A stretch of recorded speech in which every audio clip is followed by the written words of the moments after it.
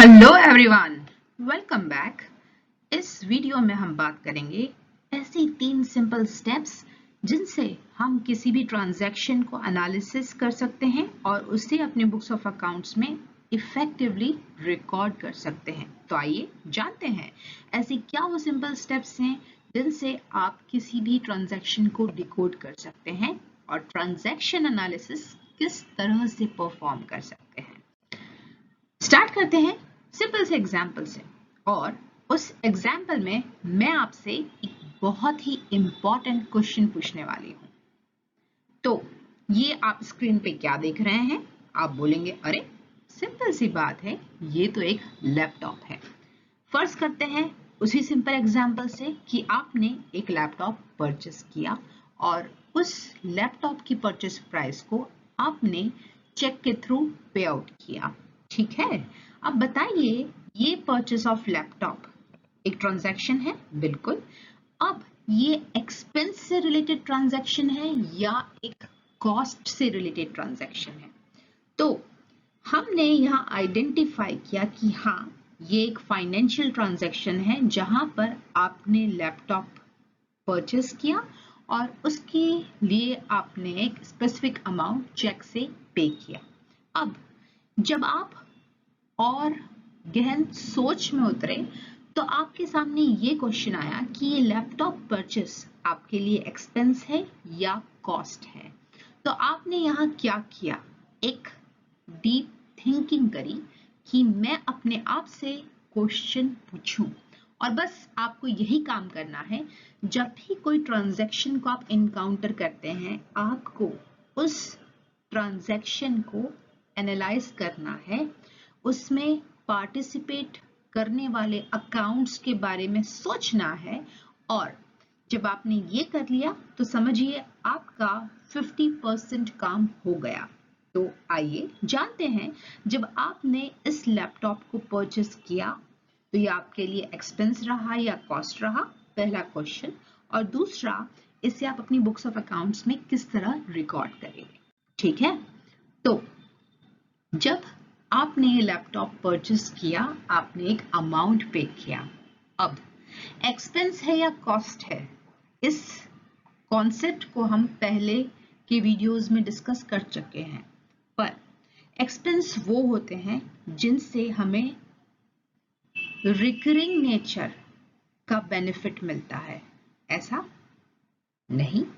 हाँ, कंफ्यूज्ड हैं? वापस से सोचिए। एक्सपेंस रिकरिंग नेचर के होते हैं, यानी कि आपको हर महीने बिजली का बिल भरना है, यानी कि आपको हर महीने अपने एम्प्लॉय को सैलरी पे करना है। इसका मतलब जब भी हम एक्सपेंस इनकर करते हैं, उस एक्सपेंस का बेनिफिट एक स्पेसिफिक पीरियड तक ही रिस्ट्रिक्टेड होता है। यानी कि अगर मैंने ये लैपटॉप खरीदा तो इसका मतलब क्या कि इसे मैं केवल 1 महीने तक ही यूज कर सकती हूँ, या अगले महीने के लिए मुझे वापस परचेस प्राइस पे करनी पड़ेगी? ऐसा कुछ बिल्कुल नहीं। जब मैंने ये लैपटॉप खरीदा तो डेफिनेटली मुझे ये लैपटॉप महीने दर महीने, या अगर मैं सरल शब्दों में कहूँ तो 2-3 साल तक तो काम आ सकता है, नहीं? तो कॉस्ट क्या होती है? जब भी हम कॉस्ट इनकर करते हैं, हमें उसका benefit more than 1 accounting period तक मिलता है। यानी कि जब मैंने आज ये लैपटॉप खरीदा तो मुझे इस लैपटॉप का benefit beyond 12 months, that is more than 12 months तक मिलने वाला है, अनलेस अनटिल कोई उस लैपटॉप में एक्सेप्शनल खराबी नहीं हुई तो, है ना? तो मुझे इस लैपटॉप का benefit more than 1 accounting period तक मिलेगा, पहली बात। और दूसरी बात, जब भी मैं कोई कॉस्ट इनकर करती हूँ तब मेरी पूरी कोशिश ये रहती है कि मैं उसमें से एक एसेट क्रिएट करूँ, यानी कि एक रिसोर्स क्रिएट करूँ जो कि मुझे बिजनेस को रन करने में, इकोनॉमिक बेनिफिट अर्न करने में काफी मदद करने वाला है। उसके अपोजिट, जब मैं सैलरी पे करती हूँ, जब मैं इलेक्ट्रिसिटी बिल पे करती हूँ, जब मैं वाईफाई के बिल पे करती हूँ, ये expenses day to day basis पे होते हैं मेरे बिजनेस को इफेक्टिवली रन करने के लिए, ना कि in the nature of cost. तो आपको ये कॉन्सेप्ट क्विकली रिवाइज हो गया होगा। अब हम आगे बढ़ते हैं। When you purchase a laptop by paying the amount via check, you need to take into account certain aspects. आपको ये देखना है कि ये कॉस्ट है या एक्सपेंस है, जो कि आपको अब क्लियर हो चुका है। आगे इसको हमें बुक्स ऑफ अकाउंट में कैसे रिकॉर्ड करना है, और इसके लिए सिंपल स्टेप्स क्या है। पहला step, understand the nature of the accounts involved. Understand the accounts involved itself, यानी कि जो accounts यहाँ involve हुए हैं, क्या वो assets से related है या liability से related है, क्या expense से related है, क्या revenue से related है, क्या profit और loss से related है। तो जब जब आप किसी transaction को record करेंगे, आप account involved को समझेंगे। नेक्स्ट, आप डिसाइड करेंगे कि इस ट्रांजैक्शन का क्या इम्पैक्ट होना है। Decide the impact of transaction on the accounts itself. जब आपने ये लैपटॉप परचेस किया तो उन दो अकाउंट्स पे क्या इम्पैक्ट आया, ये पढ़ें, ये समझें। और last step, apply the rules of debit and credit. ठीक है, तो काफी सिंपल है तीनों स्टेप्स। क्विकली रिवाइज कीजिए और अप्लाई कीजिए। जब आपने लैपटॉप परचेस किया, पहला क्वेश्चन, कौन से दो अकाउंट्स इन्वॉल्व हुए, अकाउंट्स इन्वॉल्व। दूसरा क्वेश्चन, उन अकाउंट्स का नेचर क्या है और उस ट्रांजैक्शन का इम्पैक्ट क्या हुआ। अब आप बताइए कमेंट बॉक्स में, क्विकली अपने कमेंट्स डालिए कि कौन से दो अकाउंट्स यहाँ इन्वॉल्व हुए। हमेशा हर ट्रांजैक्शन में दो या उससे ज्यादा अकाउंट्स इन्वॉल्व होंगे, ये अकाउंटिंग प्रिंसिपल है। अब आपने देखा कि यहाँ पर लैपटॉप और बैंक दो अकाउंट्स इन्वॉल्व हुए, ठीक है। उसके बाद में आपने ये समझा कि इन दोनों अकाउंट्स का नेचर क्या है। लैपटॉप आपके लिए एसेट है और बैंक अकाउंट बिजनेस के लिए एसेट है। क्यों? इसके लिए हमने सेपरेट वीडियो बनाया है, आपको जरूर रेफर करना होगा। थर्ड, इस ट्रांजैक्शन का क्या इफेक्ट है आपकी बुक्स ऑफ अकाउंट में। जब मैं कहती हूँ आपकी, मतलब बिजनेस की बुक्स ऑफ अकाउंट्स में। तो जब आपने लैपटॉप परचेस किया तो लैपटॉप का बैलेंस उतने अमाउंट से बढ़ गया, या अगर आपकी बुक्स ऑफ अकाउंट्स में लैपटॉप नहीं था तो नया लैपटॉप अकाउंट खड़ा हो गया। उसी तरह से जब बैंक अकाउंट से पेमेंट हुआ तो बैंक में से उतना अमाउंट कम हो गया। ये हुआ इफेक्ट ऑफ द ट्रांजैक्शन। तो ये काफी क्लियर हो गया। अब हमें फोर्थ चीज आइडेंटिफाई करनी है, रूल नंबर 4, कि ये अकाउंट्स का क्या नेचर है। तो लैपटॉप और बैंक दोनों रियल अकाउंट है, दोनों रियल अकाउंट है। तो रियल अकाउंट से रिलेटेड रूल्स हमें अप्लाई करने होंगे। लैपटॉप भी एसेट है, बैंक भी एसेट है, और इसलिए ये रियल अकाउंट है। तो चलिए अब वो रूल अप्लाई करते हैं। रियल अकाउंट से रिलेटेड रूल्स क्या हैं, क्विकली रिवाइज कीजिए।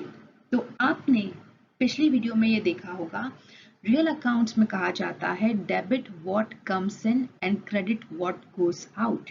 यानी कि जो अंदर आया उसे डेबिट कीजिए और जो बाहर गया उसे क्रेडिट कीजिए। है ना काफी सरल। तो अब वही हमें यहाँ अप्लाई करना है। लैपटॉप बिजनेस में आया, इसलिए लैपटॉप अकाउंट को डेबिट करा, और जब आपने चेक से पेमेंट किया तो बैंक बैलेंस कम हुआ और इसलिए आप बैंक अकाउंट को क्रेडिट करेंगे। तो काफी सरल रहा आपके लिए इस ट्रांजैक्शन एनालिसिस के थ्रू जर्नल एंट्री पास करना। अब हम इस केस में थोड़ा सा ट्विस्ट डालते हैं। आपने ये स्टेप्स तो सभी ने समझ ली है कि आपको पहले अकाउंट्स इन्वॉल्व क्या है वो देखना है, उन अकाउंट्स का नेचर क्या है वो देखना है, इस ट्रांजैक्शन का क्या इफेक्ट उन अकाउंट्स पे हो रहा है आपको ये समझना है, और फिर आपको डेबिट और क्रेडिट का रूल अप्लाई करना है। अब ट्विस्ट क्या? ट्विस्ट ये कि अगर आपने लैपटॉप तो खरीदा लेकिन क्रेडिट पे खरीदा, यानी कि अमाउंट पेएबल है, अमाउंट आउटस्टैंडिंग है, तो वापस से हम सोचेंगे क्या ये मेरे लिए एक्सपेंस है, क्या ये मेरे लिए कॉस्ट है। तो आपने आइडेंटिफाई किया कि हाँ ये आउटफ्लो तो जरूर है पर ये मेरे लिए कॉस्ट है, बिकॉज यहाँ पर मैं एक एसेट बिजनेस में लेकर आ रही हूँ। ठीक है, और उसके बाद में हमें यही सब स्टेप्स अप्लाई करना है। तो आपने लैपटॉप परचेस किया और आपको मिस्टर एक्स को एक स्पेसिफिक अमाउंट देना है। अब अकाउंट्स इन्वॉल्व लैपटॉप अकाउंट और मिस्टर एक्स अकाउंट। ठीक है, अब नेचर ऑफ द अकाउंट क्या है? लैपटॉप आपके लिए एसेट है और मिस्टर एक्स एक पार्टी अकाउंट है। ये एक लायबिलिटी अकाउंट है जिसने आपको क्रेडिट दिया है। आप इसे गिवर भी आइडेंटिफाई कर सकते हैं, पर मोर एप्रोप्रिएट होगा इसे as a liability account treat करना। Third, effect of the transaction and fourth is debit credit rule. ठीक है, तो फर्स्ट टू एस्पेक्ट्स तो सभी को क्लियर हो गए। अब वही रूल अप्लाई करते हैं। जब आपने लैपटॉप परचेस किया तो बिजनेस में लैपटॉप आया और at the same point of time आपकी लायबिलिटी भी बढ़ गई उतने अमाउंट से। तो आपने देखा यहाँ तो लैपटॉप अकाउंट भी बढ़ रहा है और लायबिलिटी अकाउंट भी बढ़ रही है, मतलब डबल इम्पैक्ट तो है, पर दोनों अकाउंट्स प्लस में जा रहे हैं as compare to previous case जहां पे लैपटॉप अकाउंट तो बड़ा था पर बैंक अकाउंट कम हो गया था। तो इसमें घबराने वाली कोई बात नहीं है। डबल एंट्री सिस्टम में ड्यूअल इम्पैक्ट होना जरूरी है और ये प्लस प्लस भी हो सकता है, प्लस माइनस भी हो सकता है और माइनस माइनस भी हो सकता है। कैसे, हम आगे देखेंगे। तो अब इस केस में हम जर्नल एंट्री पास करते हैं। जब लैपटॉप अकाउंट बढ़ गया और लायबिलिटी अकाउंट भी बढ़ गया तो उसे हमें रिकॉर्ड करना है। हमने देखा कि दोनों एसेट और लायबिलिटी से रिलेटेड अकाउंट्स हैं, यानी कि रियल अकाउंट है, तो रियल अकाउंट का रूल हमें अप्लाई करना है। रियल अकाउंट का रूल अप्लाई किया तो लैपटॉप का बैलेंस बढ़ गया, एसेट का बैलेंस बढ़ गया। जिसका बैलेंस बढ़ गया यानी कि debit what comes in laptop account debit to Mr X account liability, right. यहाँ पे हमारी लायबिलिटी भी बढ़ गई तो लायबिलिटीज का बैलेंस हमेशा क्रेडिट होता है और जहां लायबिलिटी बढ़ रही है इसलिए मिस्टर एक्स को क्रेडिट मिल गया। तो इस तरह से हमने इस लैपटॉप के परचेस को, दैट इज क्रेडिट परचेस को रिकॉर्ड किया और इस तरह से हमने आइडेंटिफाई किया कि एसेट और लायबिलिटी का ट्रीटमेंट अलग अलग होना है, क्योंकि जहां लैपटॉप बढ़ा वहीं आपका अकाउंट्स पेएबल भी बढ़ गया। तो उम्मीद करती हूँ दोस्तों आपको ये वीडियो जरूर पसंद आया होगा। कमेंट बॉक्स में अपनी लर्निंग्स बिल्कुल ड्रॉप कीजिएगा और चैनल को सब्सक्राइब जरूर कीजिएगा और इस तरह से थोड़ी सी प्यार, थोड़ा सा मोहब्बत इस चैनल के लिए जरूर बिखेरिएगा। Thank you so much for watching. Bye bye.